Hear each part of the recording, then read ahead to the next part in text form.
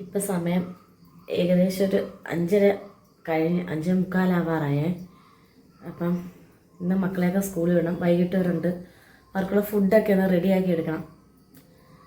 ഞാൻ ഇന്നലെ രാത്രിയിലെ വെള്ളമൊക്കെ അനത്തി വെച്ച് കുറച്ച് തേങ്ങയൊക്കെ തിരികെ വെച്ച് വീഡിയോ ഉണ്ടല്ലോ. ഈ പിള്ളേരുണ്ടല്ലേ പച്ചവെള്ളമേ കുടിക്കത്തുള്ളൂ, ചൂടുവെള്ളം അങ്ങനെ കുടിക്കാറില്ല. അപ്പം ഞാൻ വിചാരിച്ച് രാത്രിയിൽ അങ്ങനെ അനത്തിയിട്ടാൽ ഇതൊക്കെ തണുത്തിരിക്കുമല്ലോ.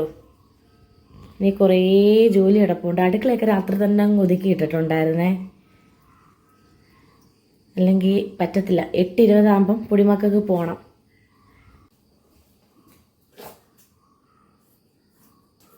തലേന്ന് മേടിച്ച മാവ് ഞാൻ അത് കണക്ക് തന്നെ അങ്ങ് ഫ്രിഡ്ജിൽ വെക്കത്തില്ല കേട്ടോ. അതാകുമ്പോൾ അതിനകത്തിരുന്ന് തന്നെ അങ്ങ് പുളിക്കും. വേണമെങ്കിൽ വേറെ പാത്രത്തിലോട്ടൊക്കെ ഒഴിച്ച് വെക്കാം. പിന്നെ രാവിലെ എണീറ്റ് കട്ട് ചെയ്ത് കുറച്ച് നേരം കൂടെ ഞാൻ വെക്കും കേട്ടോ. കട്ട് ചെയ്തിട്ട് മാവെല്ലാം ഒഴിച്ച് ഉപ്പൊക്കെ കലക്കി ഒരു അരമണിക്കൂർ കൂടെ വെച്ചതിന് ശേഷമാണ് കേട്ടോ ഞാൻ ദോശ ചുടാറ്. നിങ്ങൾ ഇതുപോലെ ഒന്ന് ചെയ്ത് നോക്കാം. നമ്മൾ ഫ്രിഡ്ജിൽ വെച്ച് കഴിഞ്ഞാൽ രാവിലെ തണുപ്പ് കൊണ്ട് ചട്ടിയിൽ നിന്ന് ഇളവിയും വരത്തില്ല. പുട്ടിൻ്റെ പൊടി ഇരിപ്പുണ്ടായിരുന്നേ. അപ്പം ഞാൻ വിചാരിച്ചു ഇന്ന് പുട്ടുണ്ടാക്കാമെന്ന് പറഞ്ഞിരുന്നതാണ്. രാത്രിയിലായപ്പം ഇവിടെ എൻ്റെ 2 പൊടി പിള്ളേർക്ക് പുട്ട് വേണ്ട, ദോശ മതിയെന്ന്. രാത്രി പിന്നെ ഇക്കായ കൊണ്ട് മേടിപ്പിച്ചേട്ടോ ദോശമാവ്. ഞാനിത് ഫ്രിഡ്ജിൽ വെക്കത്തില്ല പുളിക്കാൻ വേണ്ടി. ഇപ്പം നല്ല പുളിച്ച് വന്നിട്ടുണ്ട്. ഇതിനകത്ത് ഉപ്പൊക്കെ ചേർത്ത് വെച്ച് നമുക്ക് സാമ്പാർ വെക്കാനുള്ളതൊക്കെ അരിഞ്ഞെടുക്കാവേ.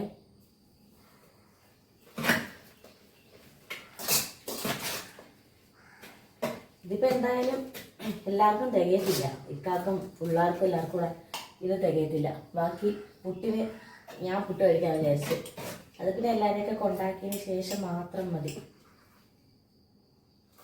മൂത്താളേക്കാവും ഉണ്ടാക്കും. പൊടിമക്കൾ ഇന്ന് ഞാൻ ഉണ്ടാക്കണം. കുറേ ജോലി ഉണ്ടെന്ന്.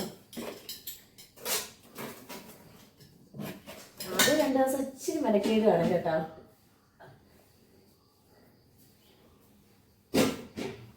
ഈ 2 മാസം ഇങ്ങനെ നിന്നില്ലേ, അപ്പം അതിൻ്റെ ഒരു കുറച്ച് മെനക്കേടൊക്കെ കാണും. പിന്നെ ഓക്കെ ആവും. 8:20 ഇറങ്ങുമ്പോൾ നിങ്ങൾക്ക് മനസ്സിലാവുമല്ലോ ഞാൻ എത്ര മണി മുതൽ അടുക്കളയിൽ കയറി ജോലി ചെയ്താലേ പറ്റുമെന്ന്. അരി ഇന്നലെ അതിനെ തിളപ്പിച്ചിറക്കി വെച്ചിട്ടുണ്ട്. ഇനി അത് ഊറ്റിയാൽ മതി. അപ്പോൾ പെട്ടെന്ന് ഉണ്ടാക്കാനല്ല.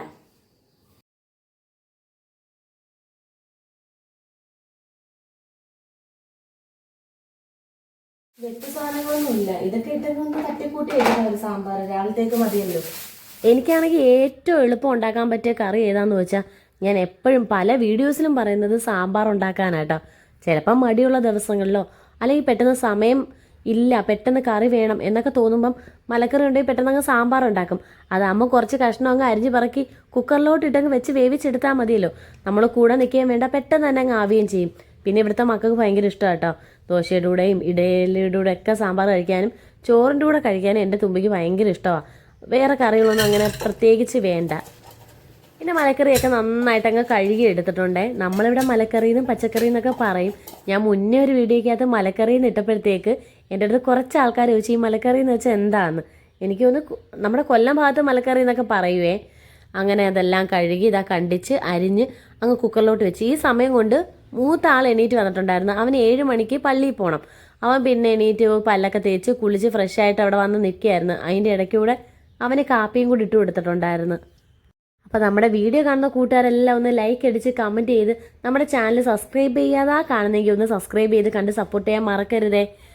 ഞാനാണെങ്കിൽ കുറച്ച് മുളക് പൊടിയും ഉപ്പ്, മഞ്ഞപ്പൊടി, മല്ലിപ്പൊടി, കായം, ഉലുവ ഞാൻ ഇട്ട് കൊടുത്തിട്ടില്ലായിരുന്നു കേട്ടോ. അതെല്ലാം കൂടെ ചേർത്ത് കുക്കറിലോട്ടങ്ങ് വേവിക്കാൻ വെച്ചിട്ടുണ്ട്.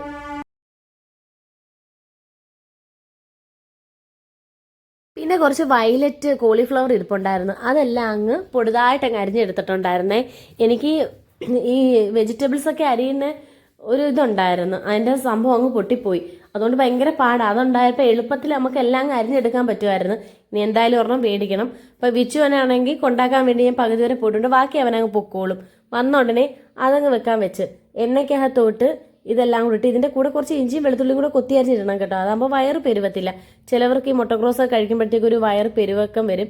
അത് വരാതിരിക്കാൻ വേണ്ടി കേട്ടോ. പിന്നെ കുറച്ച് തേങ്ങയും കൂടെ എടുത്ത് അതങ്ങ് റെഡിയാക്കി എടുത്തിട്ടുണ്ട്.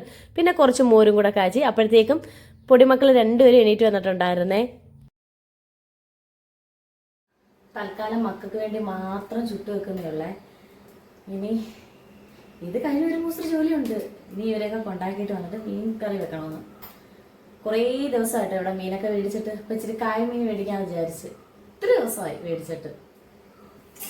ഇനി അവർക്കുള്ള ദോശയൊക്കെ ചുട്ട് തുമ്പിയും കിച്ചു വേണ്ടിയിട്ടുണ്ട് കേട്ടോ. അവര് പല്ലൊക്കെ തേക്കാൻ പോയി. ഇനി തുമ്പിയെ കുളിപ്പിക്കണം. കിച്ചു തന്നെ കുളിച്ചോളും. ഇനി എനിക്ക് ഒരുങ്ങണം.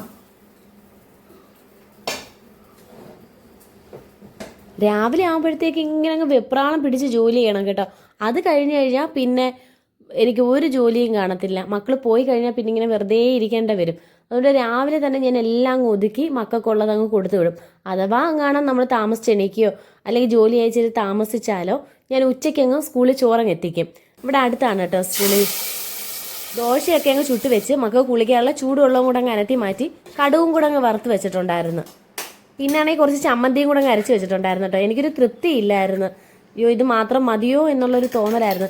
ചിലപ്പം തുമ്പിയാണെങ്കിൽ ചമ്മന്തി കൂട്ടും, ചിലപ്പം കൂട്ടത്തില്ല. പിന്നെ എൻ്റെ അടുത്ത് പറഞ്ഞു ചേച്ചി ചമ്മന്തിയും കൂടെ വേണമെന്ന് പറഞ്ഞതിൻ്റെ പേര് ഞാൻ പെട്ടെന്ന് അങ്ങ് ചമ്മന്തിയും കൂടെ ആക്കി. പിന്നെ താണ്ടെ നമ്മൾ മുട്ടയും കൂടെ പൊരിച്ച് വെച്ച് മക്കൾക്കുള്ള ദോശയും സാമ്പാറും കൂടെ ഒഴിച്ച് അത് ചൂടാറാൻ വെച്ചിട്ട് ഞാനങ്ങ് പിച്ചി കൊടുക്കായിരുന്നു.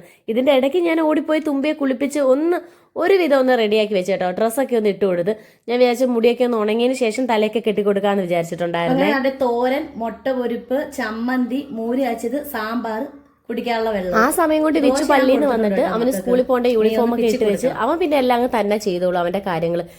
കിച്ചും ഒരുവിധമൊക്കെ ചെയ്യും. തുമ്പിയാണെങ്കിൽ ചെയ്യും, പക്ഷെ എല്ലാം ഒരിത്തിരി താമസിച്ച് നിൽക്കും കേട്ടോ. അതുകൊണ്ട് ഞാനങ്ങ് പിച്ചു കൊടുക്കാന്ന് വിചാരിച്ച്. ഈ കഴിക്കാൻ രാവിലെ ഭയങ്കര മടിയാ നമ്മൾ രാവിലെ കൊടുക്കുന്നത്. അപ്പോഴത്തേക്ക് എൻ്റെ അടുത്ത് വന്ന് പറയാ കേട്ടോ കിച്ചുവിന്, വേണ്ട ദോശ വേണ്ട അമ്മച്ചി, ഞാൻ പിന്നെ കഴിച്ചോളാം. ഞാൻ പറയില്ല കഴിച്ചിട്ട് പോയാൽ മതി എന്ന് പറഞ്ഞുകൊണ്ടിരിക്കുകയാണേ. അപ്പോഴത്തേക്ക് തുമ്പി ക്യാമറ നോക്കി എന്തൊക്കെയോ ഇരുന്ന് പറയുന്നുണ്ടായിരുന്നു. കണ്ടോ കഴിക്കാൻ ഭയങ്കര മടിയാ. വായി വെച്ചിട്ട് ഇങ്ങനെ ചവച്ച് ഈ രാവിലെ ഉള്ളു കേട്ടോ ഇത്രേ പാട്. ഇങ്ങനെ ഇരിക്കും. പിന്നെ ഉച്ചയ്ക്കൊക്കെ നമ്മൾ വാരി കൊടുക്കുന്നതൊക്കെ അങ്ങ് എന്തെങ്കിലുമൊക്കെ കഴിക്കുവേ. പിന്നെ അവളുടെ മുടിയും കൂടെ കെട്ടിയൊക്കെ കൊടുക്കാമായിരുന്നു. ആ മുടി ചെയ്ത് വെച്ചിരിക്കുന്ന വേല ഉണ്ടോ, എപ്പം എവിടെ കത്രിക ഇരുന്നാലും നമ്മൾ എത്ര ഒളിച്ചു വെച്ചാലും ഈ കത്രിക കണ്ടു കഴിഞ്ഞാൽ ഒരു മുടി വെട്ടൊക്കെ ഉണ്ട്. മുമ്പ് പിരിവൊക്കെ അങ്ങ് വടിച്ചു കളഞ്ഞിട്ടുണ്ടായിരുന്നേ. ഇത് വാപ്പുമാടെ വീട്ടിൽ 2 ദിവസം നിൽക്കാൻ പോയപ്പം പാപ്പാപ്പാടെ കത്രിക എടുത്ത് ചെയ്ത പണിയായത്. ഇവിടെ വന്നപ്പോൾ പറയാം അത് ഫാഷനാണെന്ന്. അതുകൊണ്ട് അവിടുത്തെ ആ മുടിയൊന്നും പിടിച്ച് കെട്ടാൻ പറ്റിയില്ല. പിന്നെ ഞാനാണെങ്കിൽ ഒന്ന് പിരിവൊക്കെ ഒന്ന് എഴുതി കൊടുത്ത് കണ്ണിൻ്റെ മേളിലൊക്കെ ഒന്ന് ഐലൈനറില്ല നമ്മുടെ ഹൈബ്രോ വെച്ച് തന്നെ അങ്ങ് വരച്ചു കൊടുത്ത്. പിന്നെ ഇക്ക വന്ന് ബാക്കി ഷൂവും ഷോക്സും ഒക്കെ ഇട്ട് കൊടുത്തിട്ടുണ്ടായിരുന്നു കേട്ടോ. പിന്നെ ഇക്കാക്കും ഈ സമയത്ത് ഇറങ്ങണം.